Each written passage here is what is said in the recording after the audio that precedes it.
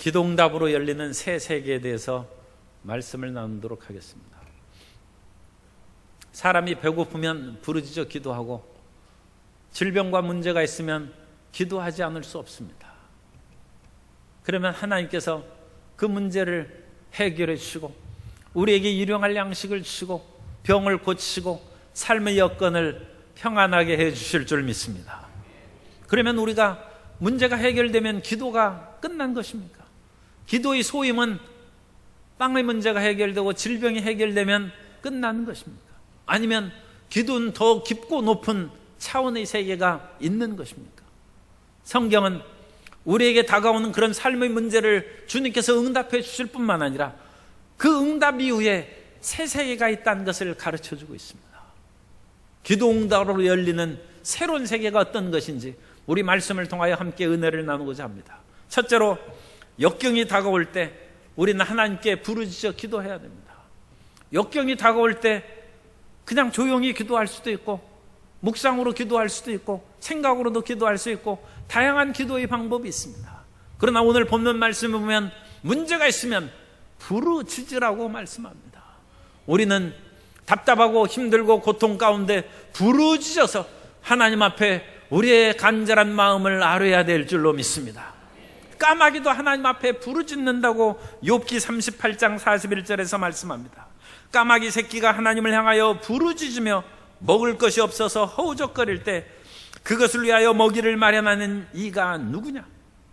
하나님께서는 까마귀 새끼 부르짖음에도 응답하시고 먹을 것을 나누어 주심으로 하물며 예수 그리스도의 십자가 보혈로 구속하시고 하나님의 자녀로 삼으신 우리가 부르짖을 때 어찌 하나님께서 그 기도를 들으시지 않겠습니까? 반드시 응답하시고 필요한 것으로 채워주실 것입니다. 그런데 까마귀 새끼는 그냥 단순해서 먹을 것이 없으면 부르짖죠. 하나님께서 먹을 것을 주심으로 끝납니다. 그러나 사람은 다른 여러 가지 복수의 여건이 있어요. 그래서 우리는 하나님께서 일할 수 있는 여건을 주심에도 불구하고 일하지 않고 단순히 먹을 것을 부르짖으면 그것은 올바른 기도 태도가 아닙니다. 우리는 열심히 성실하게 근무하면서도 우리의 삶의 길이 열리지 않으면 부르짖어 기도해야 되고 하나님께서는 그때 길을 열어주시고 사회적인 여건도 변화시켜 주시고 환경도 변화시켜 주실 줄 믿습니다. 그러므로 데살로니가후서 3장 12절에서 말씀합니다. 현대인의 성경의 번역입니다. 그러므로 우리는 주 예수 그리스도의 이름으로 이런 사람들에게 명령하며 권합니다. 조용히 일하며 자기 생활비를 벌어서 살도록 하십시오. 그 당시 데살로니가 교회에는 임박한 종말론으로 인해서 직장도 그만두고 일도 하지 아니하고, 그런데 종말이 그때 안 왔죠. 오늘날까지 아직 종말이 안 왔는데, 그러므로 그 사람들은 교회의 실업자입니다. 그러므로 다른 사람에게 짐이 되고 다른 사람의 도움을 받아서 먹고 살아가는 것입니다. 그런 잘못된 그런 가르침과 자기 미혹에 빠져서 일도 안 한 사람은 열심히 조용히 일하면서 자기 앞가림을 자기가 하라는 것입니다. 하나님께서는 게으른 사람을 주님께서는 일하라고 깨우쳐 주십니다. 그러나 우리가 할 수 있는 모든 것을 노력함에도 길이 열리지 않고 문이 닫힌 것은 하나님께서 열어주시는 것입니다. 삶의 길을 열어주시고 일용할 양식을 주시는 것입니다. 뿐만 아니라 우리가 질병에 걸려서 고통을 당할 때 부르짖어 기도하면 주님께서 우리의 질병을 고쳐주십니다. 다윗은 사울에게 쫓겨다니면서 아마 모진 고생을 한 것 같습니다. 사울이 도망다니는 그 지역은 유대 광야 지역입니다. 유대 광야는 그야말로 우리나라처럼 올여름처럼 더워요. 38도 40도씩 올라가고, 그런데 유대 광야는 그늘에 들어가면 습기가 없어서 좀 시원합니다. 그런데 그렇게 지명수배받고 사울에게 쫓겨다니면서 다윗이 건강을 잃었을 거예요. 그때가 아니더라도 다윗이 심각한 병에 걸릴 때가 있었습니다. 그때 다윗은 하나님 앞에 이와 같이 부르짖어 기도합니다. 시편 6편 1절 이하에 보면 야훼여 주의 분노로 나를 책망하지 마시오며 주의 진노로 나를 징계하지 마옵소서. 야훼여 내가 수척하였사오니 내게 은혜를 베푸소서. 야훼여 나의 뼈가 떨리오니 나를 고치소서. 나의 영혼도 매우 떨리나이다. 야훼여 어느 때까지니까? 야훼여 돌아와 나의 영혼을 건지시며 주의 사랑으로 나를 구원하소서. 다윗이 골리앗을 물리칠 담대함과 힘이 있었는데 다윗도 이와 같이 몸이 아플 때가 있어요. 뼈가 떨린다는, 뼈가. 사람이 뼈가 떨리면 마음도 약해져서 그 영혼도 떨린다는. 몸과 마음이 쇠약해진 다윗이 하나님께 부르짖어 기도했습니다. 그때 하나님께서 다윗의 병을 고치시고 그 삶을 회복시켜 주셔서 사울에게 쫓겨다니는 그 모든 길에서도 벗어나서 40년 동안 평안하고 감사한 가운데 왕 노릇을 하고 그 모든 일을 마치고 주님의 품으로 돌아갔습니다. 주님께서 어떤 힘들고 연약함이 있다 할지라도 부르짖어 기도할 때 우리 몸을 치료하시고 하나님의 일을 넉넉히 수행할 수 있도록 세워주실 줄 믿습니다. 혹시라도 히스기야 왕처럼 죽을 때가 됐습니다. 사람에게는 정해진 수명이 있어요. 그래서 히스기야가 이제 병에 걸려서 죽게 됐어요. 그런데 하나님께서 히스기야의 기도를 들어주셨습니다.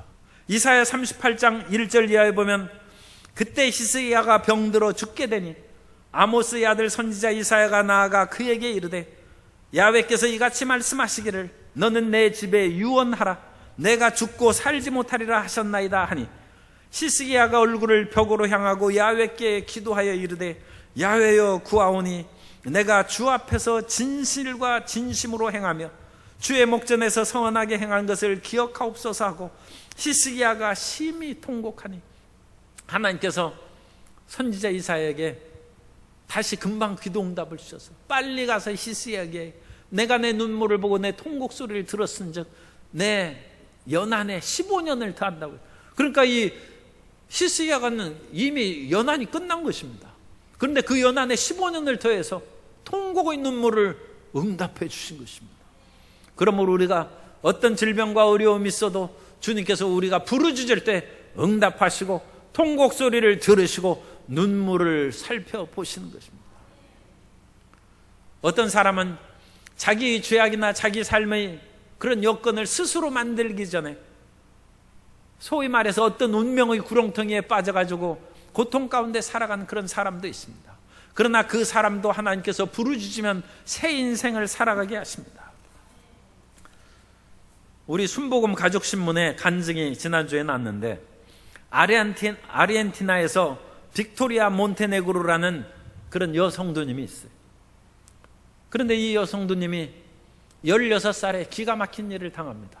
그 이전에 더 기가 막힌 일이 있는데 그건 너무 어려서 모르고 16살은 이미 이제 지각이 있을 때니까 갑자기 경찰이 들어오더니 자기 아버지를 붙잡아 갔어요. 아니 이게 무슨 일입니까? 알아봤더니 그 아버지가 군인이었는데 어린아이 유괴를 했다는 거예요. 그럼 어떤 어린아이를 유괴했습니까?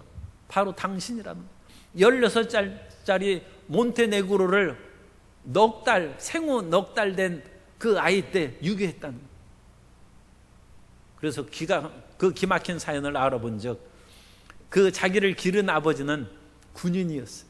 그런데 아르헨티나에서 반정부 인사들을 체포해서 그들을 사형을 시켰어요. 그래서 수많은 젊은 반정부 인사들이 붙잡혀서 죽음을 당했는데 이 몬테네그로의 부모님도 그런 반정부 인사였어요. 그래서 딸을 낳고 넉 달밖에 안 된 이 젊은 그 부부가 이 군인들에게 붙잡혀서 죽었어요.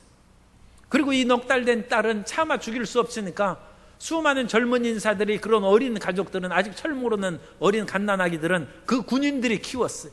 그러니까 자기를 키워준 아버지는 사실은 자기 부모를 죽인 원수입니다. 이제까지 자기 아버지인 줄 알고 살아왔는데 실상은 직접 죽이지는 않았을지라도 그런 반정부 젊은 인사를 죽이는 그런 가운데 자기 부모를 죽인 원수예요. 그런 속에서 친부모에 대한 그런 그리움과 안타까움, 그리고 자기를 키워준 그 부모가 그래도 그 사람은 그런 이데올로기에 의해서 젊은 그런 반정부 인사들을 죽였을지라도 또 다른 그 인자한 아버지로 잘 키웠어요. 그런데 그 사람을 아버지로 부를 수 있는가? 16살짜리가 고통과 방황의 그런 세월을 보낸 후에 그리스도 예수를 믿고 그리스도 예수 안에서 자기를 키워준 아버지를 받아들이고 또 자기 이름은 자기를 낳아준 부모의 이름으로 개명해서 본래의 이름으로 바꾸고 그래야 자기를 낳아준 부모님에 대한 그런 사랑도 표현하고 자기를 그야말로 이 갈등 속에서 어쩔 수 없이 일을 행한 군인 아버지도 용서하고 살아가는 그런 내용이 간증에 실렸습니다. 인생의 어떤 극한 상황으로 우리 스스로 해결할 수 없는 그런 문제가 있어도 하나님께서 성령을 부어주셔서 우리 가운데 사랑의 마음과 용서하고 이해한 마음으로 새 길로 우리를 인도하여 주신 줄 믿습니다. 그러므로 우리는 어떠한 문제가 다가온다 할지라도 우리 생각으로는 해결할 수 없는 도저히 불가능한 문제라 할지라도 하나님 앞에 나와서 주님의 위로하심과 지혜와 능력으로 해결받는 새 인생을 살아가야 될 줄로 믿습니다. 인생이 그와 같은 심각한 상황에 처하는 것은 다윗이 범죄한 후에 부르짖어 기도할 때 원죄를 깨달았어요. 시편 51편 5절에 보면 내가 죄악 중에서 출생하였으며 어머니가 죄 중에서 나를 잉태하였나이다. 인간의 뿌리 깊은 원죄가 이 세상을 어지럽게 하고 우리의 모든 삶의 고통과 좌절을 만들어 놓는 것입니다. 그러나 그와 같은 헝클어지고 수천 년 동안 원죄와 자범죄로 만들어진 이 세상의 어려움도 주님을 믿고 의지하면 우리 세대에 하나님의 새로운 역사로 우리 삶을 인도하시는 은혜를 베풀어 주시는 것입니다. 그러면 우리가 부르짖을 때 하나님께서 어떻게 하십니까? 두 번째, 하나님께서는 우리의 기도를 응답해 주십니다. 하나님께서는 어떤 기도라 할지라도 우리에게 응답을 주시는데 하나님께서는 심지어 악인의 기도는 응답 안 하는 것을 통하여 응답을 주십니다.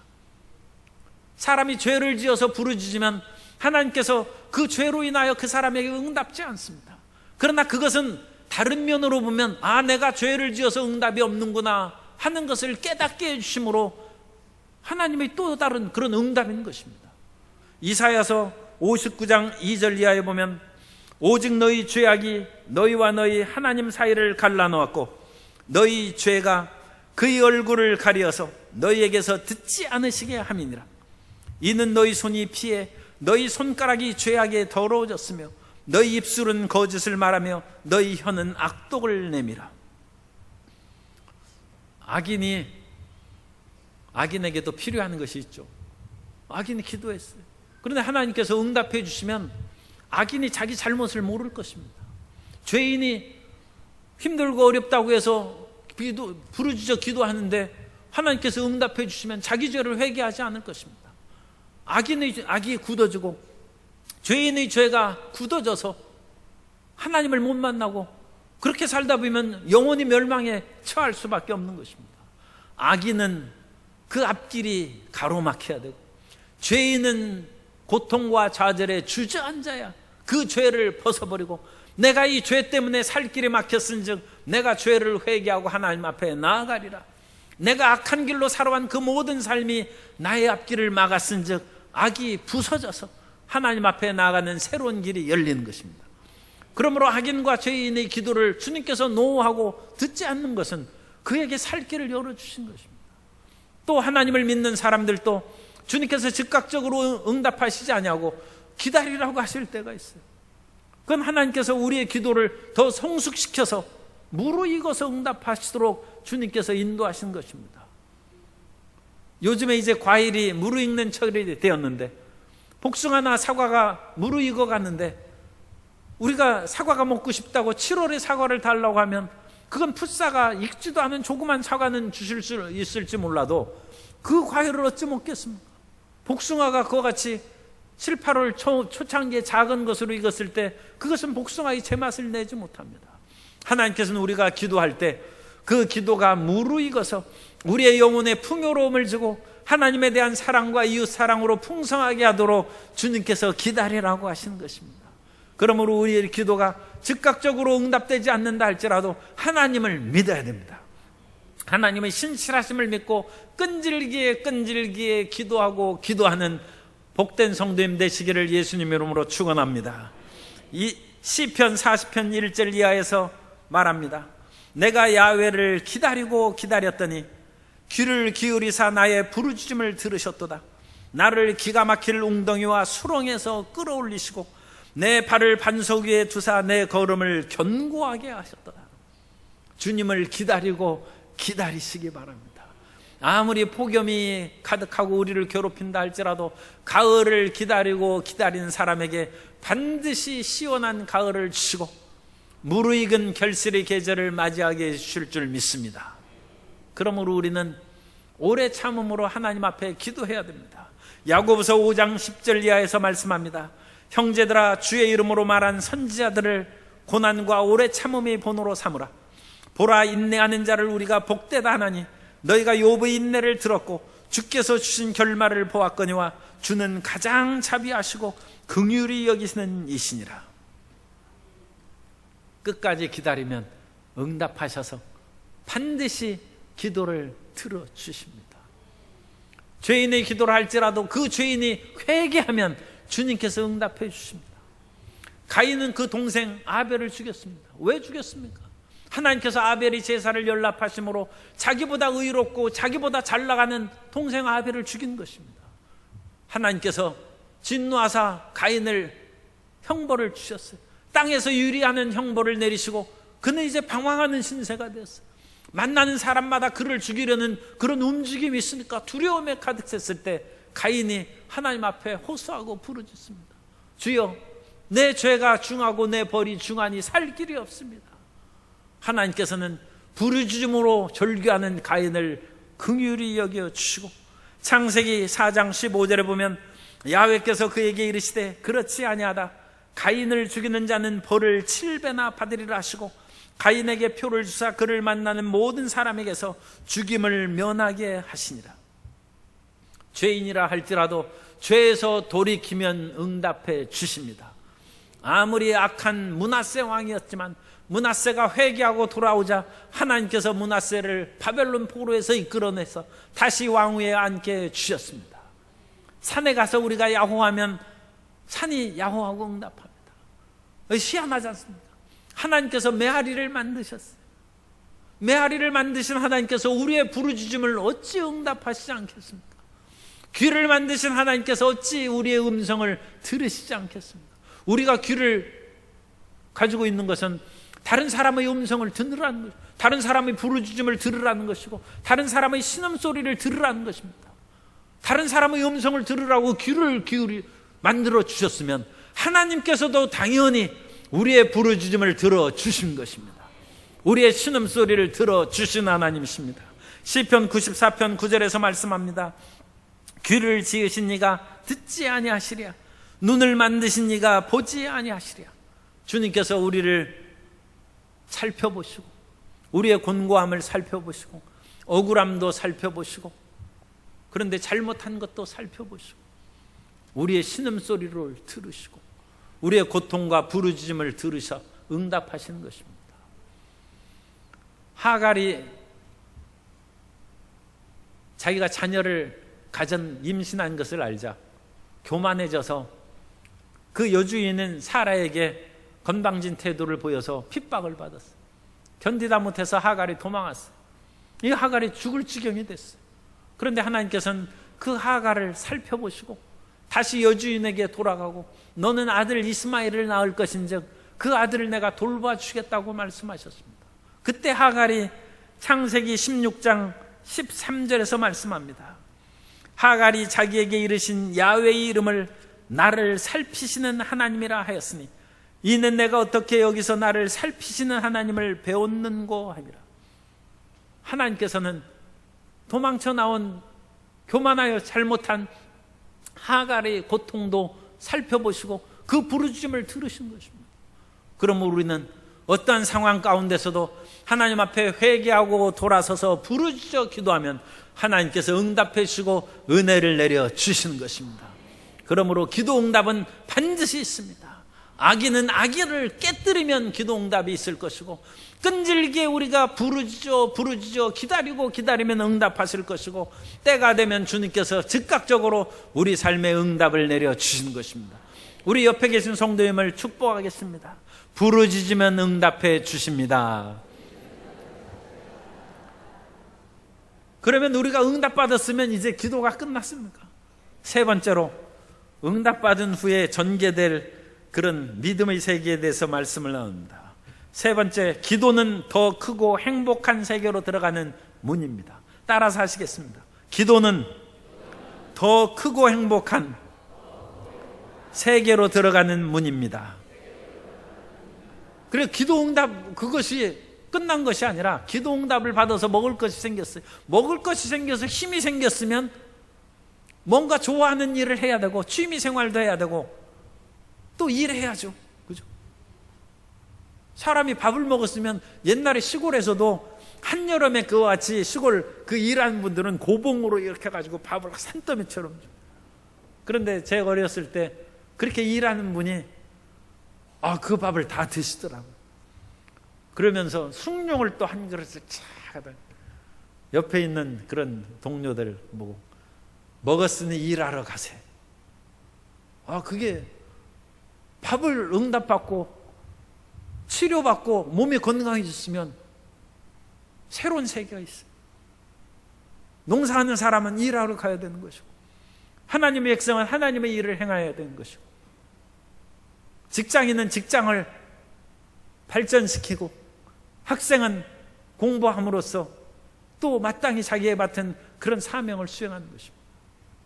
하나님께서는 우리 기도에 응답해 주셔서 크고 은밀한 일을 행한다고 예레미야가 말합니다.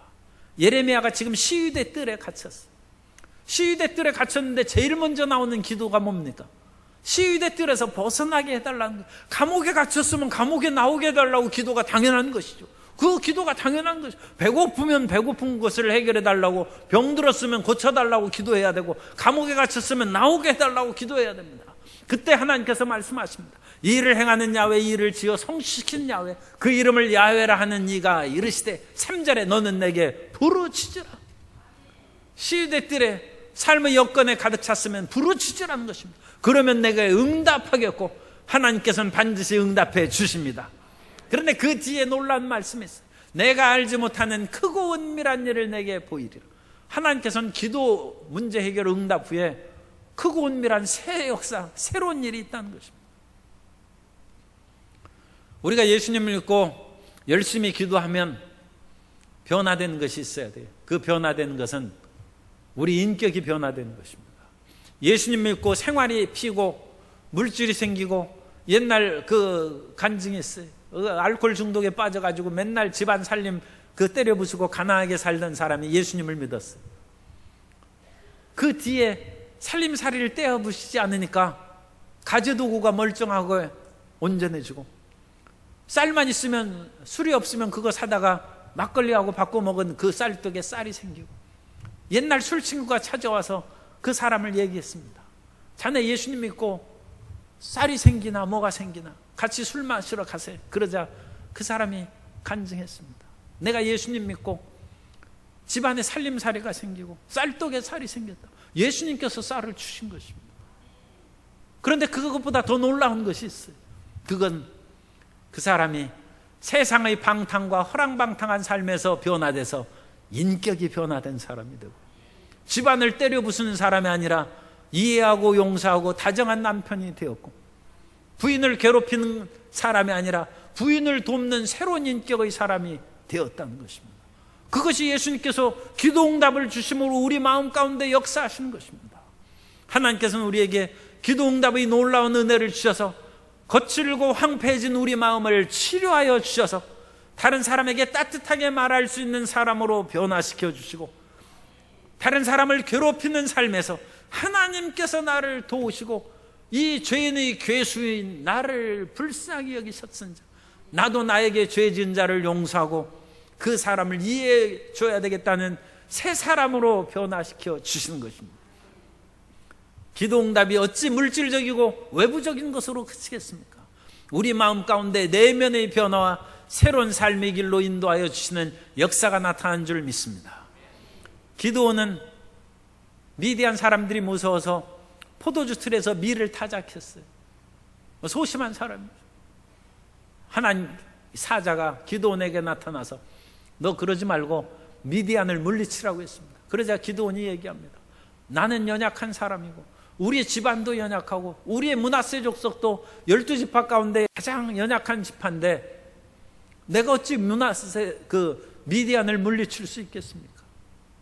그러자 하나님께서 그렇지 않다. 하나님이 너와 함께 계심으로 내가 이 일을 행할 수 있다는 거예요. 그때부터 기드온이 기도하기 시작한 것이 나와요. 그래서 기드온이 기도하는데 양털 시험 기도가 나오지 않습니까?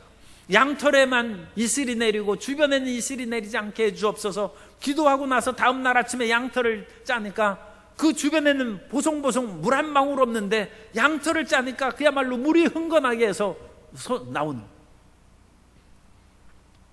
기도하는 기도원이 됐어요. 다음 날 또 기도하는 거예요. 하나님, 제가 연약해서 또 한 번 구하겠습니다. 이번에는 양털만 물이 이슬이 내리지 아니하고 양털 주위에는 이슬이 내리게 해 주옵소서. 아침에 가보니까 주변에 물이 흥건한 거예요. 그런데 양털을 잡아서 짜보니까 양털은 물 한 방울 나오지 않아 보송보송. 하나님이 기드온의 기도를 들으신 것입니다. 그러면서 기드온은 마음에 믿음이 생기고 그 인격이 변하여 담대하고 용기 있는 사람으로 변화된 줄로 믿습니다. 기드온이 마지막 기도한 것은 그래도 용기가 없어가지고 하나님, 내가 미디안을 못 물리치겠습니다 하자. 그러면 미디안 진영으로 밤에 몰래 내려가 봐가지고 거기 미디안 군사들이 하는 얘기를 한번 들어보라고 했어요. 밤에 살금살금 가서 적군의 진영에서 귀를 기울이니까 적군의 병사가 꿈 얘기를 하는 거예요.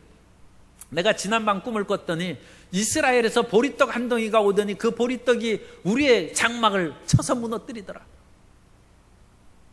기드온은 보리떡이죠. 그 당시 밀떡은 보리떡보다 2배, 3배 비쌌어요. 밀값이. 그런데 기드온은 밀떡은 되지 못해도 그래도 보리떡. 그러나 보리떡이도 하나님이 사용하시는 보리떡이 되었어요. 그래서 기드온이 용기를 갖고 미디안을 다 물리치고 이스라엘의 평화를 가져왔어요.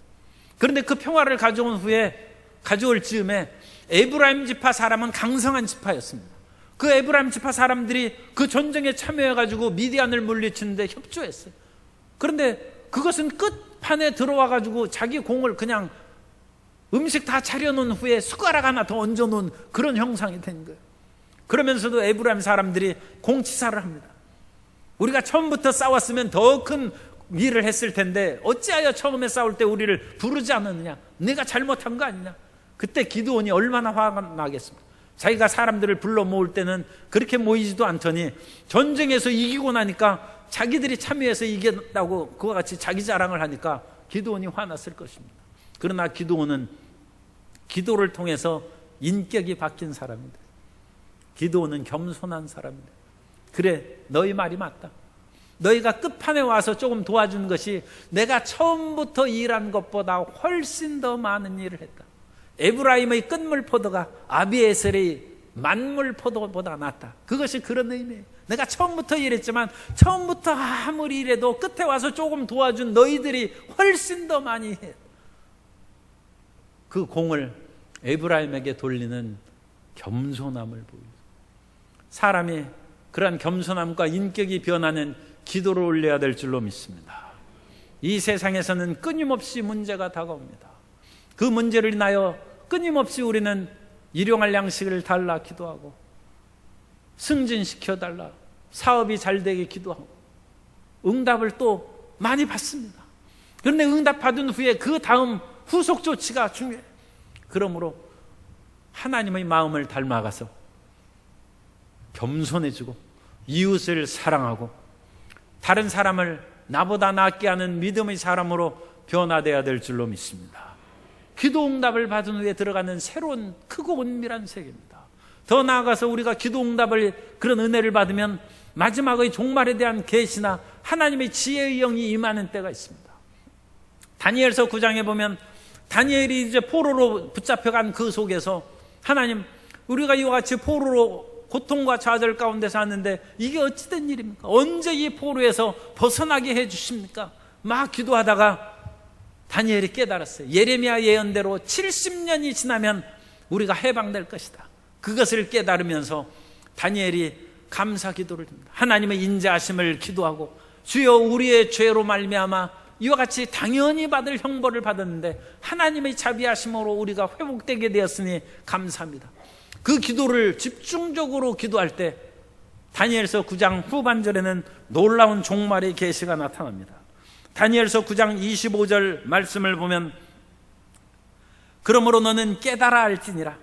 예루살렘을 중건하라는 영이 날 때부터 기름 부음을 받은 자 곧 왕이 일어나기까지 7일에와 62일에가 지날 것이요 그 곤란한 중에 성이 중건되어 광장과 거리가 세워질 것이며 62일의 후에 기름 부음을 받은 자가 끊어져 없어질 것이며. 이것은 마지막 종말에 대한 계시. 그래서 느헤미야가 성벽을 세운 후부터 예수님께서 십자가를 지실 때까지 69일에가 지납니다. 69일에는 483년입니다. 483년이 지나서 기름 부음 받은 예수님이 십자가에서 끊어지고 그 다음에 한일에가 남았는데 한일에는 마지막 7년 환란을 말합니다. 종말에 대한 계시. 다니엘이 하나님의 인자하심을 감사하고 민족의 죄악을 고백하는 기도를 올릴 때 주님께서 지혜와 계시의 영을 주셔서 종말에 대한 비밀을 깨닫게 해주셨습니다. 크고 은밀한 일을 보게 해주십니다. 우리가 우리의 문제로 인하여 하나님 앞에 기도할 때 주님께서는 그 기도의 깊은 간구를 통해서 그 깊은 간구의 파장이 단계로 내려가야 하나님의 음성을 듣습니다. 그때 하나님께서 이 세상에서 하나님의 뜻을 펼칠 수 있는 지혜를 주셔서 사회에 유익한 예언을 하게 하시고 이 사회의 발전과 비전을 위한 놀라운 말씀을 우리에게 주셔서 이 사회를 유익하게 하고 하나님 나라를 건설하고 굳건하게 세우는 주의 일꾼이요 자녀로 세워주실 줄 믿습니다. 그 은총이 이전에 받은 우리의 문제 해결보다 훨씬 크고 은밀한 비밀인 것입니다. 인생은 고통이 있어서 부르짖습니다. 빵이 없으면 빵을 달라고 부르짖는 것이고 아프면 기도해야죠. 삶의 어려움과 여건이 있으면 기도해야죠. 그러면 하나님께서 우리에게 일용할 양식을 주시고 질병을 고쳐주십니다. 그런데 그것이 기도의 끝이 아니라 그것은 하나님의 은혜로 들어가는 문을 연 거예요. 문을 열고 들어갔으면 그 안에 전개되는 하나님의 놀라운 진수성찬이 있습니다. 그 진수성찬에서 크고 은밀한 비밀을 깨닫는 저와 여러분들의 시기를 주의 이름으로 축원합니다. 우리 성도 여러분이 기도응답의 그 깊은 단계로 들어가서 우리 마음이 변화돼서 우리는 이 세상의 모든 것을 남겨두고 가지만 변화된 마음을 가지고 하나님 앞에 서는 것입니다. 기도응답을 통하여 우리의 인격이 변화되어야 될 줄로 믿습니다. 기도응답을 통하여 내일에 대한 크고 은밀한 은혜를 깨달음으로써 사회에 유익되고 교회에 유익한 위대한 하나님의 일꾼들 되시기를 예수님 이름으로 축원합니다.